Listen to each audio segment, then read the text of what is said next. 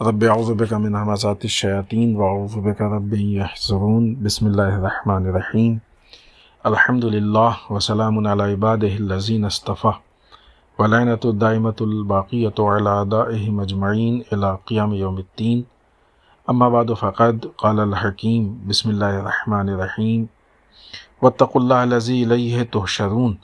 خداوند متعال قرآن مجید میں ارشاد فرماتا ہے اللہ کا تقوی اختیار کر کہ بالآخر تمہیں پلٹ کر اسی کی طرف جانا ہے۔ ماہ مبارک رمضان کی جس میں خداوند متعال نے روزے کے فلسفے میں تقوی پیش کیا ہے اور ہمیں تقوی بتایا ہے۔ بسم اللہ الرحمن الرحیم یا ایھا الذین آمنوا کتب علیکم الصیام، اے صاحبان ایمان تم پہ روزہ واجب کیا گیا ہے، کما کتب علی الذین من قبلکم جیسے کہ تم سے پہلے والوں پہ واجب کیا گیا، لعلکم تتقون شاید تم متقی ہو جاؤ۔ روزے کے نتیجے کے طور پہ تقوی ہمارے اندر پیدا ہونا چاہیے۔ سب سے پہلے تو خود یہ جاننا ضروری ہے کہ تقوی کہتے کس کو ہے۔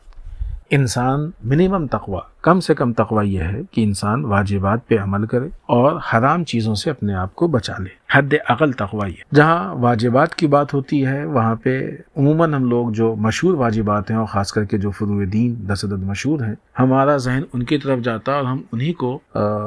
واجب سمجھتے ہیں اور وہی اپنی ذمہ داری سمجھتے ہیں، جبکہ ان کے علاوہ بھی ایک طولہ، اگرچہ ان پہ بھی سب پہ عمل نہیں ہوتا ہے،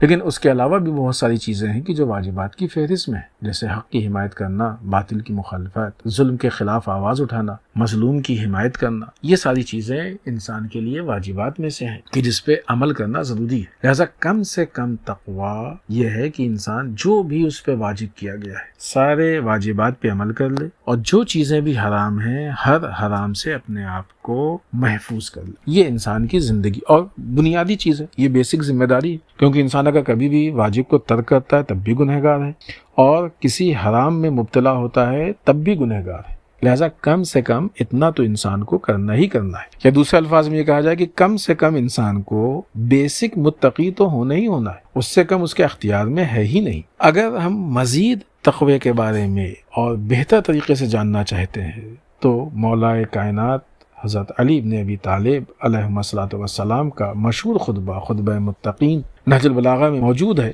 ہم اس کو پڑھ سکتے ہیں، اور اس کو پڑھ کے ہم اس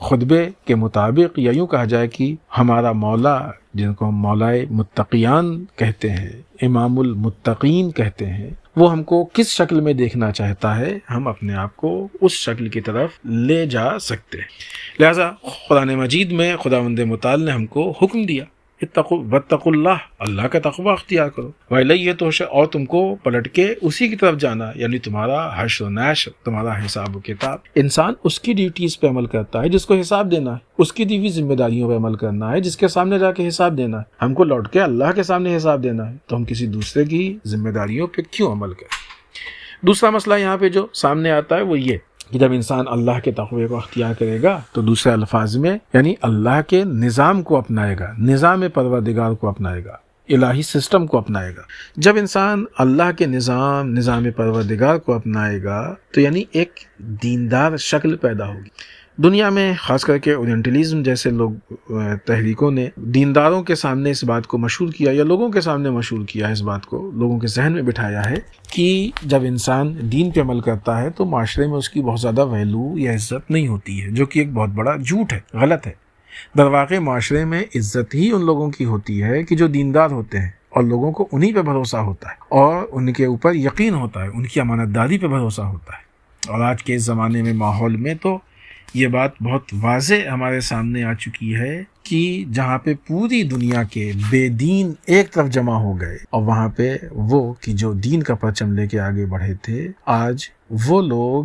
کس طریقے سے ان کی دنیا کے سامنے عزت ہے، آبرو ہے، احترام ہے، اور لوگوں کو ان کے اوپر بھروسہ ہے۔ لہٰذا جب انسان الہی نظام اور سسٹم پہ عمل کرے گا تو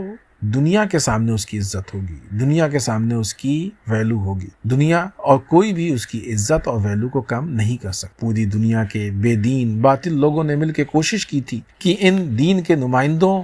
کی بے عزتی کریں، توہین کریں، نیگیٹو پروپیگنڈا کیا، بہت غلط